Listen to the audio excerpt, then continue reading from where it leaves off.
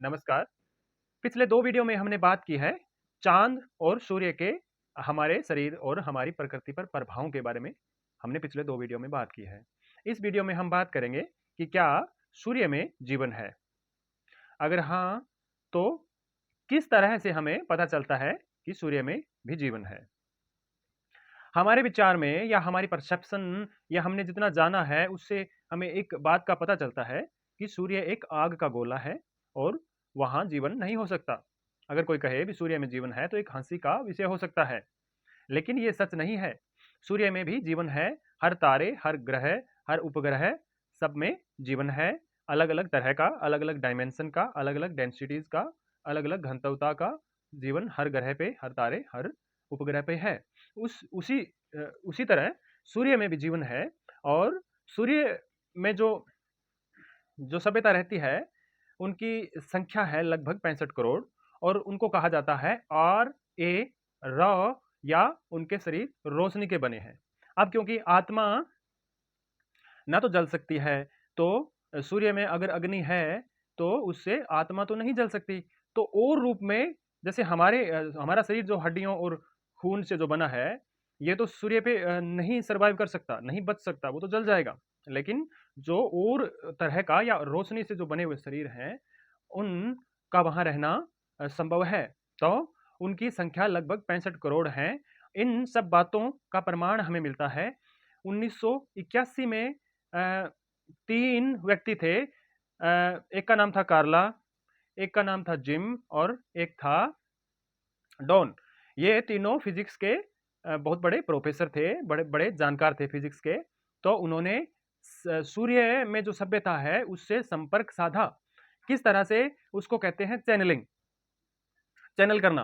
तो जो कार्ला थी वो ध्यान में या समाधि में या ट्रांस की अवस्था में जाके अपने आप को उसने माध्यम बनाया, मीडियम बनाया। जिस तरह से हम फोन से बात करते हैं तो फोन एक बात करने का माध्यम हुआ, एक मीडियम हुआ। उसी तरह जो सूर्य में जो सभ्यता है उससे संपर्क साधा इन 3 लोगों ने। किसके थ्रू? चैनलिंग के थ्रू। तो जो कार्ला है वो ध्यान में जाके उनका मैसेज अपने मुंह से बोलने लगी। जिस तरह से आपने सुना होगा कि कईयों के मुंह से कोई बाबा या कोई ईश्वर या कोई देवता जैसे बोलते हैं मुंह से। सुना होगा आपने भी, फलाने के मुंह से फलाना देवता बोला। उसी तरह है जो सूर्य में जो जीवन है, जो सभ्यता है, जो र है, जो रोशनी के शरीर जिनके हैं, उन्होंने संपर्क साधा। और ये 1981 की बात है कि इन तीनों ने वो संपर्क साधा, वो चैनलिंग की। इसमें जो कार्ला है वो ध्यान में लेटकर एक माध्यम का काम करती है। जो डॉन है वो सवाल करता है और सीधा वो सवाल कार्ला के शरीर के माध्यम से, उसके माइंड के माध्यम से उन सूर्य में रहने वाले उनके पास पहुंचता है। और जो जिम है वो इन सबको अपने टैप रिकॉर्डर में रिकॉर्ड करता है। ये इस जो चैनलिंग हुई, ये पूरी चैनलिंग हुई, ये काफी लंबे समय तक चली। और कम से कम 2 या 3 इस पे बड़ी किताबें छपी। और उस किताब का नाम है द लॉ ऑफ वन, एक का नियम, एक का कानून। इसका मतलब है कि पूरा ब्रह्मांड एक है। हम सब एक दूसरे से एनर्जी फील्ड से हम जुड़े हुए हैं। सारा ब्रह्मांड, सारी गैलेक्सी, सारे तारे, पूरी प्रकृति एक दूसरे से जुड़ी है।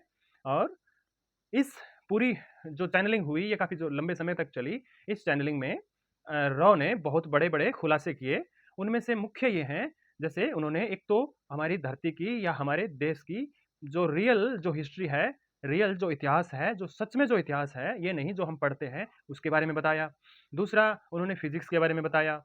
और उन्होंने पिरामिड के बारे में बताया कि पिरामिड कैसे बने, पिरामिड क्यों बने और पिरामिड किसने बनाए। तो पिरामिड के बारे में हम अलग से एक सेपरेट वीडियो में डिस्कशन करेंगे, पूरा पिरामिड को हम समझेंगे। और इसके अलावा और भी बहुत सारे विषय हैं, जैसे यूनिवर्स कैसे बना, ये जीवन संसार, ये ब्रह्मांड कैसे बना, डायमेंशन क्या होती है, अलग अलग घनत्वता क्या होती है। इसके अलावा मरने के बाद आत्मा का क्या होता है, शैतान कौन होते हैं, ये युग कब बदलेगा। और इसके अलावा बहुत सारे विषयों के बारे में ये किताब खुलासा करती है, या हम ये कह सकते हैं कि जो रो हैं उन्होंने ये सब बताया है। तो हम इनके बारे में अगले वीडियो में बात करेंगे। नमस्कार।